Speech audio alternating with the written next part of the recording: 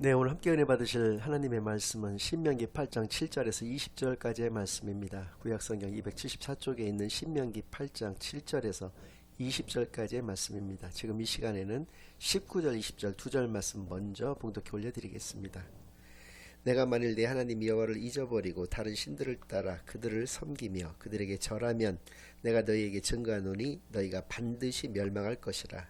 여호와께서 너희 앞에서 멸망시키신 민족들 같이 너희도 멸망하리니 이는 너희가 너희 하나님 여호와의 소리를 청종하지 아니함이니라. 아멘. 하나님 아버지 감사드립니다. 오늘도 귀한 주일로 귀한 교회로 귀한 예배로 인도하여 주신 은혜를 진정으로 감사드립니다. 지금 이 시간 저희들이 지난 한 주일간 지었던 모든 죄악을 예수 그리스도의 십자가 아래 다 내려놓고 오직 저희들의 온 영과 진리를 다하여 하나님께만 드려지는 예배를 통하여 하나님께서만 영광 받으시는 은혜의 시간으로 이 시간을 인도하여 주시옵소서. 모든 것을 감사드리오며 예수 그리스도의 이름으로 기도드리옵나이다. 아멘.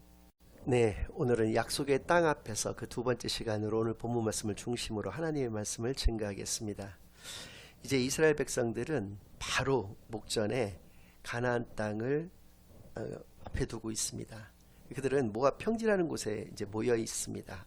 바로 앞에는 요단강이 흐르고 있고 그 요단강 건너편으로는 하나님께서 그들에게 약속해 주셨던 그 가나안 땅이 바로 있습니다.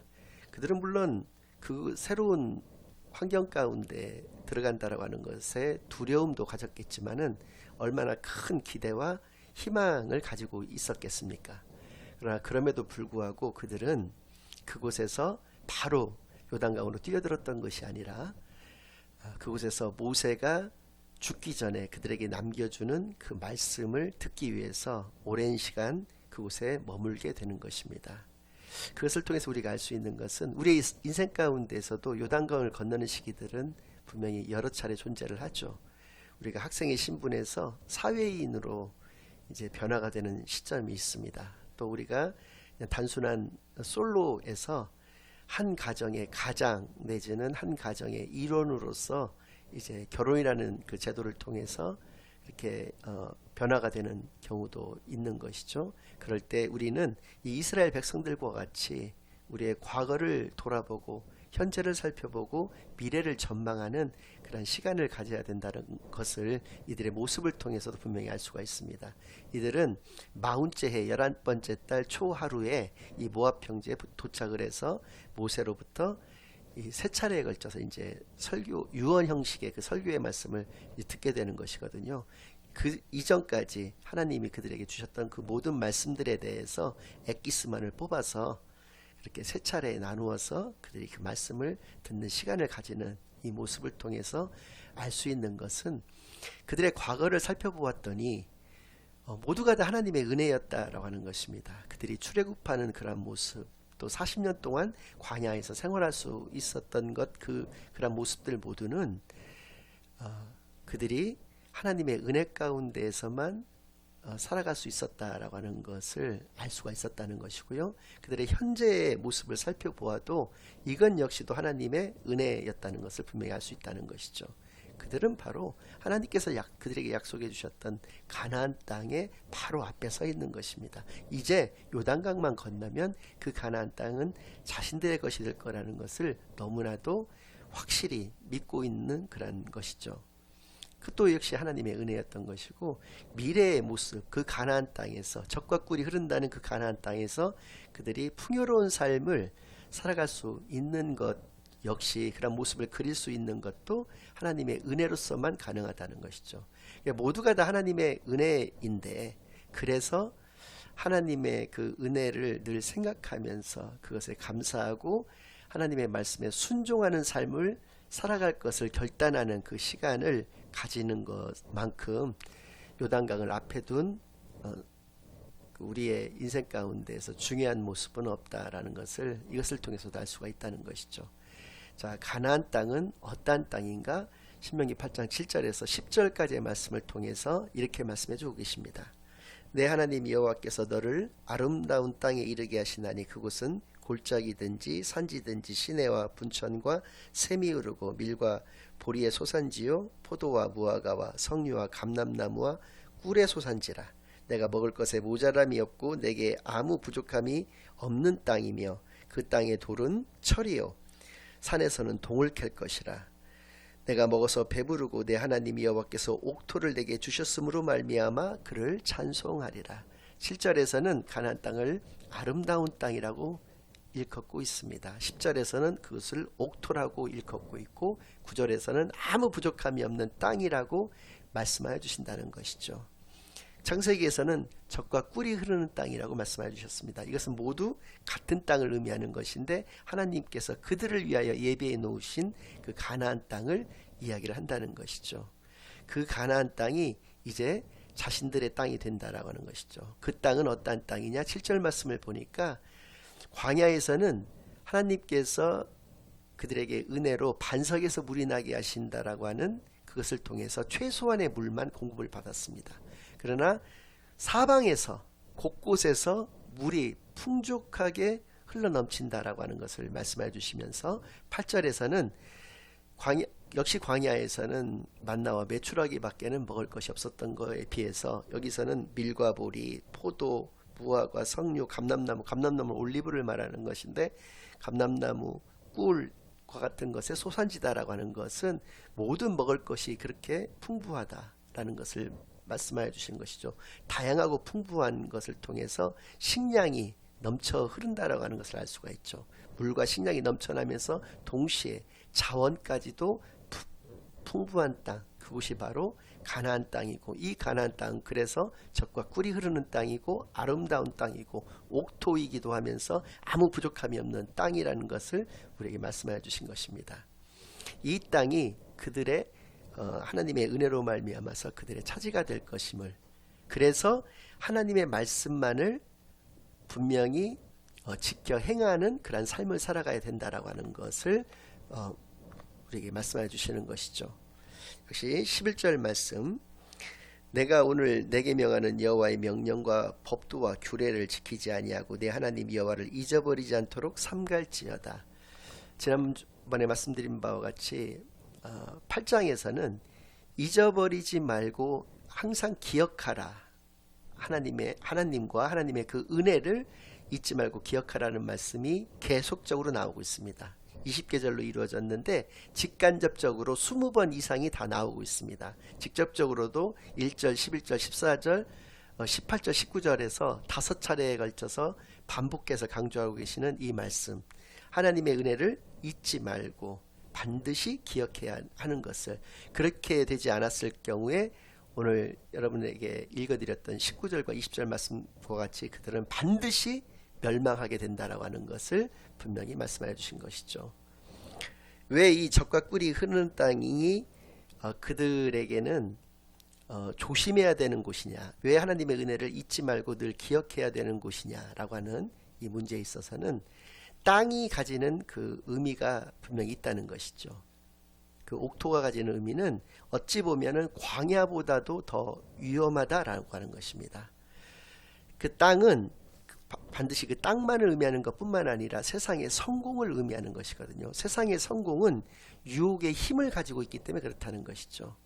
광야에서는 오직 하나님만을 의지하고 붙잡고 나아가기만 하면 그들이 살아갈 수가 있었던 것입니다. 그러나 이 가나안 땅에서는 모든 것이 풍부하기 때문에 하나님을 의지하지 않고도 그들이 살아갈 수가 있게 되었기 때문에 그러한 세상적인 성공은 그들로 하여금 점점 하나님을 잊어버리게 되는 그런 결과를 낳을 수 있다는 차원에서 이렇게 20번 이상의 그 말씀으로 그들에게 경고해주고 있는 것이죠. 하나님의 은혜를 잊어버리지 말고 기억할 것을 말씀해 주신 것입니다.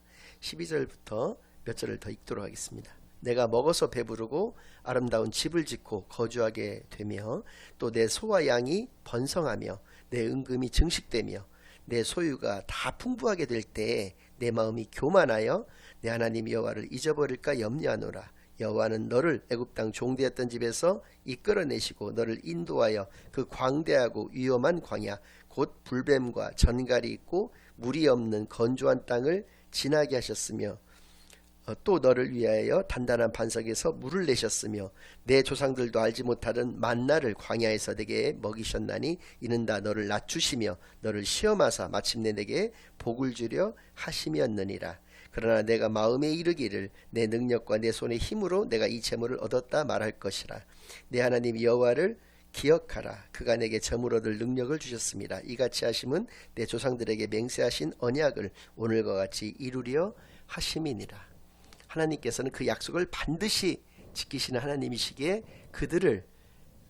그들에게 그 가나안 땅을 주셨지만 그들이 그 땅의 유혹으로 말미암아서 하나님을 잊어버릴까 정말 모세는 죽기에 앞서서 너무나도 그들의 앞날을 걱정하고 있는 그런 모습을 우리가 분명히 알 수가 있는 것입니다. 왜 그 땅이 위험한가? 특별히 두 가지 이유 때문에 그렇습니다. 왜 하나님을 잊어버릴 수가 있는가? 왜 그렇게 풍성한 더 은혜 가운데서 살아가면 더 하나님께 감사하면서 하나님의 말씀에 순종하며 살아갈 것 같지만 실제로는 그렇지 않다라고 하는 것이 가지는 그 의미가 무엇인가? 첫 번째는 그들에게 너무나 풍성한 삶이 제공이 된다라고 하는 것이죠. 이 풍성한 삶을 통해서 그들은 점점 더 하나님이 감사의 대상이 되는 것이 아니라 부담스러운 하나님이 되어버린다는 것입니다.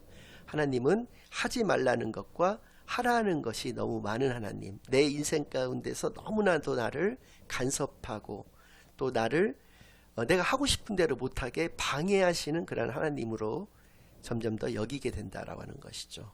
두 번째는 이러한 모든 것들을 하나님께서 나에게 주신 그 은혜로 말미암아 내가 얻는 것이 아니라 내 힘으로 이루었다라고 하는 그 교만이 점점 더 싹트게 된다는 것이죠. 그래서 어떻게 보면은 잘 살게 되는 그런 삶, 그런 부자의 어떤 교만은 필연적이다라고까지 이야기를 우리에게 해주고 계시는 것입니다. 우리가 저 어렸을 때만 해도 마찬가지입니다. 제가 벌써 한 40년 정도가 지났는데요. 고등학교 2학년 때까지는 그렇게 신앙생활을 잘하던 그 친구들도 고3이 되면서부터는 그때 당시에는 이제 대학을 조금 가야 된다는 그런 인식이 강했던 때라서 고3 그 한 해만 그 주일에 이제 교회를 나오지 않고 집에서 공부를 하겠다라고 하는 애들이 굉장히 많았었고 그게 유행처럼 번졌던 때가 있었습니다. 근데 지금 40년이 지났는데 40수를 하는 건지는 모르겠습니다만은 그때 교회를 나오지 않게 된 그 아이들 중에서 교회를 다시 나오게 되는 경우는 극히 제한적이었다는 것이죠. 거의 그때로부터 교회를 아주 졸업을 하게 되는 경우들이 너무나 많았다.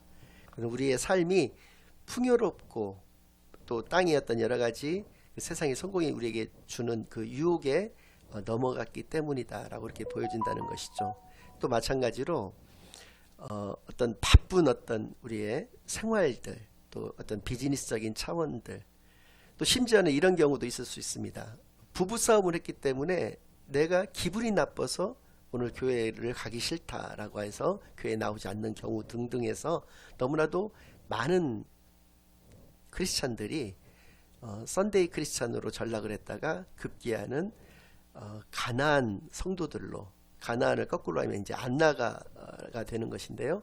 교회를 안 나가는 성도들로 무늬만 이제 크리스찬으로 이렇게 남게 되는 그런 과정들을 가지게 되는 것은 이 세상에서 이루어 놓은 모든 것들은 다 내 힘으로 이루었다라고 하는 그런 교만과 그런 풍요로운 그런 삶에 가져다 준 그런 결과다라는 것을 분명히 깨닫게 되기만을 바랍니다. 그래서 하나님을 잊어버리게 된 그 삶에 아주 결정적인 그 두 가지 모습이 있는데, 첫 번째는 크리스찬의 어떤 정체성을 완전히 상실하게 된다라고 하는 것이죠. 내가 더 이상 하나님의 자녀다라고 하는 그러한 마음으로 세상을 살아가는 것이 아니라 나는 이제 하나님을 잊어버렸다, 하나님을 나는 알지 못한다라고 하는 그런 삶으로서 살아가게 되는 그런 존재로 전락을 하게 되고 만다는 것이고요. 가장 두려운 것은 무엇이냐면 삶이 무너진다는 것입니다. 그 정체성을 상실하게 되면서 삶이 무너진다는 것이죠. 그러니까 하나님 없는 삶이라고 하는 것은 무너진 삶이다라고 하는 것을 알 수가 있다는 것입니다. 실제로 저 어렸을 때도 그런 분이 계셨습니다. 그런 분들이 어느 좀 많았었죠. 계신 정도가 아니라 많았던 케이스가 어떤 경우냐면 정말 고등학교 때도 그렇고 대학을 가서도 정말로 열심히 신앙생활을 했던 어떤 분들이 있었는데 그분들이 대학교를 다니면서도 주일 성수는 말할 것도 없거니와 수요일 날은 뭐 좀 수업 때문에 어려웠다고 하더라도 금요일 날 같은 경우는 항상 어느 교회든지 철야 예배가 있었거든요. 그 철야 예배라고 하는 것이 뭐 한두 시간만 기도하다가 돌아가는 것을 의미하는 게 아니라 정말 그 다음날 새벽 예배 때까지 이렇게 이어지는 것이 그 철야 예배였는데 그 철야 예배조차도 한 번도 빠지지 않고 정말 신앙생활을 철저하게 하던 그런 분들도 결국 나중에 대기업 우리가 이름만 들어서 누구나 알 수 있는 예컨대 뭐 S전자 같은 경우에 그런 회사를 입사를 하게 돼서 승승장구해서 나중에 부장에까지 올라갔던 그런 분들조차도 이제 자기를 돌이켜 보면은 너무나 무너져 있는 부분들이 많거든요. 그래서 삶 전체가 다 무너졌다고 생각이 되어서 가지고 정말 남들은 부러워하는 그런 위치에 올라 있고 또 많은 부와 명성을 가지고 있음에도 불구하고 더 이상 삶을 영위할 어떤 의지나 그런 의욕을 갖지 못하는 그런 안타까운 모습들을 많이 발견할 수가 있는 것이죠. 저 역시도 마찬가지입니다. 저는 교회가 오프라인 교회를 개척을 해달라고 하는 그런 기도를 날마다 하나님께 올려드리고는 있습니다만은 하나님께서 만약에 저에게 그 오프라인 교회에 대한 기회를 허락하시지 않는다라고 한다면 제가 만약에 오프라인 교회를 개척을 해서 그 교회가 널리 소문이 나고 많은 성도들이 들어오고 또 교회가 점점 더 커져서 정말 세계적으로도 유명한 제가 목사가 된다라고 한다면 그 개척 전에 저의 그 모습과 개척 후에 저의 모습이 너무나 달라질 것이 우려가 되면 그런 기회를 저에게 주시지 않을 수도 있다라고 하는 생각을 가지고 있습니다. 그러니까 제 신앙의 어떤 그릇이 아직까지 그 크기만큼의 분량이 되지 않는다라고 한다면 아무리 제가 기도를 한다고 하더라도 하나님께서는 저에게 허락하시지 않을 수도 있다라고 하는 것이죠. 그러니까 모세의 어떤 지도자의 모습을 통해서도 분명히 말씀을 드렸지만은 반드시 우리에게 필요한 크리스찬 리더로서의 그 모습들이 분명히 있는 것인데 그러한 모습들이 준비가 되지 않는다면 진짜 굳건한 믿음 가운데에서 반석 위에 세워진 그러한 집과 같은 형태의 그런 믿음이 아니라고 한다면 우리에게 모든 것을 다 허락하시지는 않는 하나님이신 것을 또 그것이 바로 참된 복인 것을 우리가 분명히 깨닫는 삶이 되기만을 간절히 바랍니다.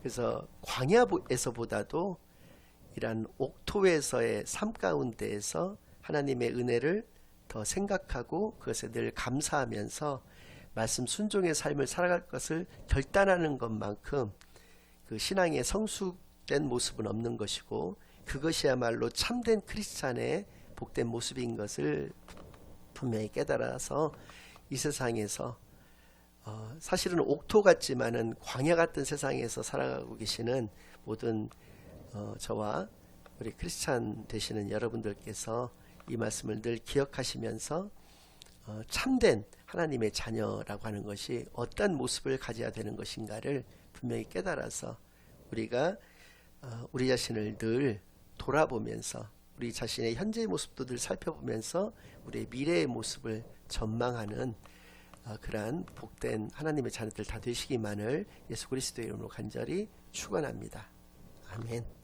이제는 우리 주 예수 그리스도의 은혜와 아버지 하나님의 극진하신 사랑과 성령 하나님의 내주인도 역사 교통하심이 참된 하나님의 자녀로서의 온전한 삶만을 이 땅에서 살아내기로 늘 겸손하고 낮은 자세에서 늘 하나님의 그 믿음의 시험에 통과하는 귀한 그 삶을 통해서 하나님의 말씀만을 늘 지켜 행하는 그런 귀한 결단의 시간만을 가지면서 살아가기로 다짐하고 결심하고 돌아가는 모든 사랑하는 주의 자녀들의 머리 위에와 그들의 가정 위에 그들의 생업 위에 이제로부터 영원까지 항상 함께 있을지어다.